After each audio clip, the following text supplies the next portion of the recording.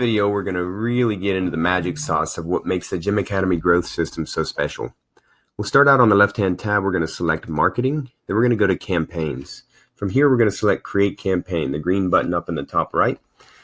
This is going to allow us to create in a campaign. So we're going to name this one first campaign. Right. From there, we're going to go ahead and go to our campaign configuration. Here we can select if we'd like to have a window when or when the campaign does not send. We're going to leave that as is and go ahead and turn that off. So that way when people opt in for this campaign or we moved into a campaign, it will go ahead and begin sending, and it'll carry out along the timeline that we're going to build in when we build it. For users, we'll go ahead and add demo as a user. The next campaign, all the next campaign is at the end of this one, if they haven't taken any action, where would we like them to move on to next? So if they're a new lead and we want to put them in a long-term nurture campaign or a cold leads campaign, we can go ahead and select that one here so long as we have the other campaign already built out.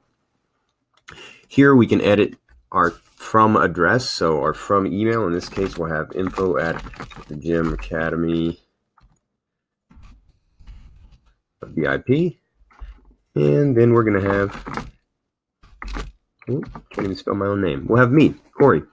So from there, if I have a lead that's coming into this and I have an associated value with that, I can go ahead and add it here. And that's going to allow us to track how much the people that are currently in this campaign are worth to our business. So we'll say that this campaign is going to be for our initial consult. And I know when I close those leads, I average out about $159 of revenue. Right? I don't necessarily do it over the lifetime value of the client because I'm more concerned about what is this specific interaction worth to me and how much will I receive at the point of sale. From there, we can go ahead and add tags to people as they move through the campaign. For this one, we'll go ahead and say that they had a consult. Yep. You can add as many tags as you like, and that allows you to know which campaigns people may or may not have been through. Right. Allow multiple is the setting that's going to keep people from going through a campaign multiple times. So if they continue to recycle and take the action on the front end that places them into this campaign, we can keep from sending them the same content over and over again. Right. And then the stop on response is really important because if somebody says, okay, yes, no, they click on a link to move into a separate campaign, we want to go ahead and be able to stop this one. And typically what will happen is somebody will respond. And if we don't have the system set up to give an automated response to that, you'll get a notification and have the ability to jump in and start managing that conversation. And this setting just keeps it from getting messy with the automation continuing to send things out while you're also talking to a client.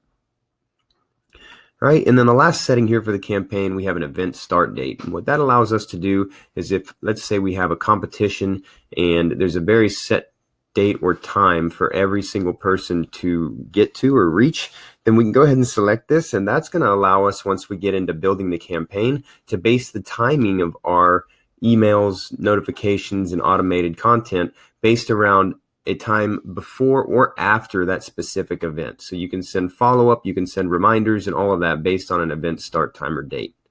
If you use the calendar setting, you also don't need to do this because the campaign will pick up on that internal to the system and we can send a reminder before the appointment date. So that'll be a little bit more dynamic and it's not the same setting here. But for now, we'll go ahead and save this. And we'll go ahead and add our first event. So when I move someone into this campaign, the first thing I want to do, let's say, is send them a text message. So if you have a template built in there, you can do that and you can edit the title here, but I like to leave those alone. And then down here at the bottom, we'll say hi, and we're going to be talking to whoever it is that's in the system. The system will pre-populate that for us. And then I'm going to say, this is Corey. Just saying hello. Okay, and then from there, what I can do is I can go ahead and put my account name in, and that's going to say whether it's my gym name, my business name, whatever I have pre-populated for my account name, that'll go in there. And I like to write the team. So the before here, and then we get the business team. So if I didn't put my name in there, this would pre-populate and you'd be able to see that. And then the message could be something like, hi, checking in. And and team. So then you have the ability to send it as a test to your own mobile number, make sure that the formatting all looks right. You can also attach a file, and then internal to the campaign, you can set a custom time or window for this one specific thing. So if you have people that opt in at, let's say, midnight, and you don't want to send out a text at midnight, which you shouldn't, because in some cases that's illegal, you can go ahead and make sure that that doesn't send out here. The system does a pretty good job already of making sure that you're not sending out illegal text messages based on time, but in the event that someone gets an odd entry into there with their time zone, it may allow them to send it out. So it's always a good idea to go ahead and set this to make sure. Right, from there, we'll go ahead and save, and then we're going to edit. Let's say I don't want them to receive this immediately. I want them to get this about 1 day after they opt in. So after 1 day, this will go ahead and send. Okay, the next thing I want to do is send them an email. And I'm going to say the same thing. Hi. In this case, we'll use their entire name. I wanted to introduce myself. How are you?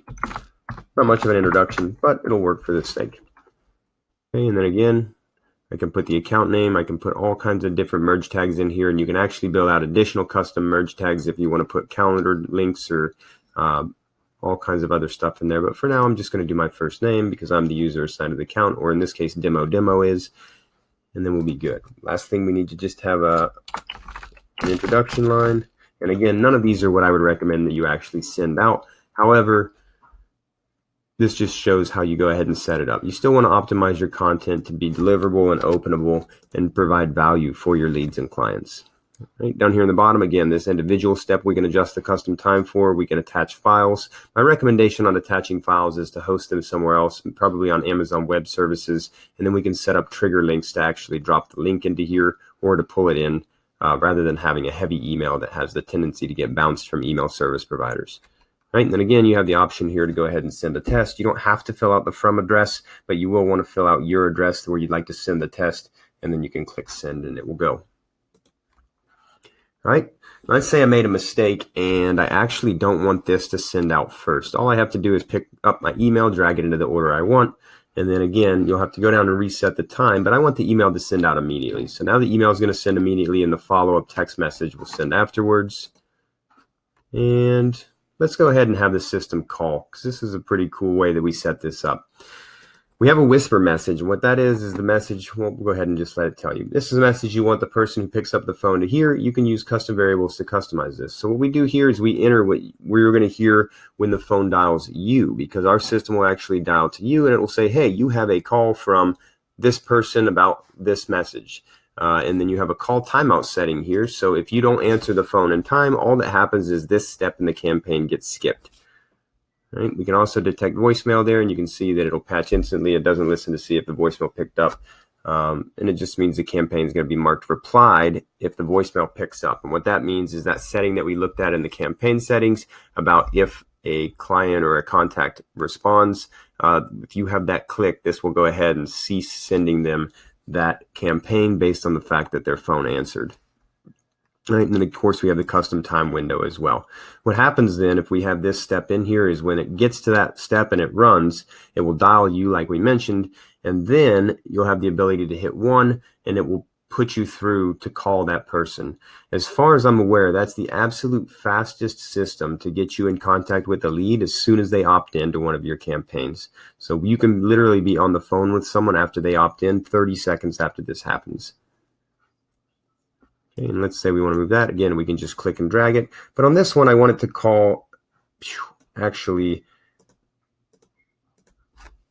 10 minutes before the appointment that they have set up. So you see here that that's set up to call 10 minutes before, and the system has an appointment in there already, we'll assume, and it's going to base it off of that.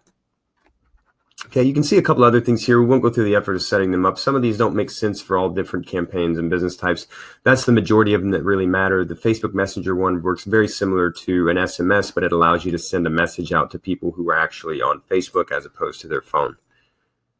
All right, that just about covers all the stuff I want to look at for the simple campaigns that we can set up. You obviously get a lot more complex, but that's the real meat and potatoes of how we send out valuable content to our leads and clients.